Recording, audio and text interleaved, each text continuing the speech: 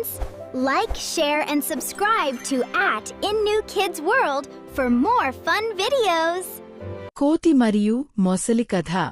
ఒక అందమైన అడవిలో నది పక్కన ఉన్న పెద్ద జామ చెట్టుపై ఒక తెలివైన కోతి నివసించేది.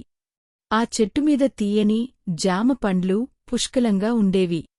కోతి ప్రతిరోజూ ఆనందంగా పండ్లు తింటూ చెట్టుకొమ్మలపై ఆడుతూ గడిపేది. ఆ నదిలో ఒక మొసలి ఉండేది. ఒకరోజు ఆ మొసలి చెట్టు దగ్గరకు వచ్చింది. హలో కోతి, ఏమి తింటున్నావు? అని మొసలి అడిగింది. కోతి నవ్వుతూ, జామ పండ్లు చాలా తీయగా ఉంటాయి, నువ్వు తింటావా? అని చెప్పి కొన్ని పండ్లు మొసలికి వేసింది. మొసలి ఆ పండ్లు తిని చాలా సంతోషించింది. ఒకరోజు మొసలి ఆ పండ్లు తన ఇంటికి తీసుకెళ్లి తన భార్యకు ఇచ్చింది.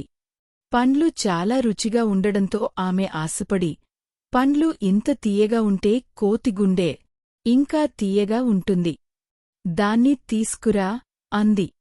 మొసలి కొంచెం సంకోచించినా భార్య మాట విని కోతిని తన ఇంటికి ఆహ్వానించింది. మధ్యలో నదిలో ప్రయాణం చేస్తుండగా నిజం చెప్పింది. తెలివైన కోతి వెంటనే ఆలోచించి, అయ్యో, నా గుండెను చెట్టుపై వదిలేశాను, వెనక్కి వెళ్ళి తీసుకురావాలి అంది. మొసలి అది నిజమేనని నమ్మి తిరిగి వచ్చింది.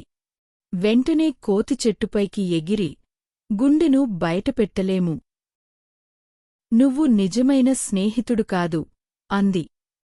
నీతి: అప్రమత్తత మరియు తెలివితేటలు ప్రమాదం నుంచి కాపాడుతాయి.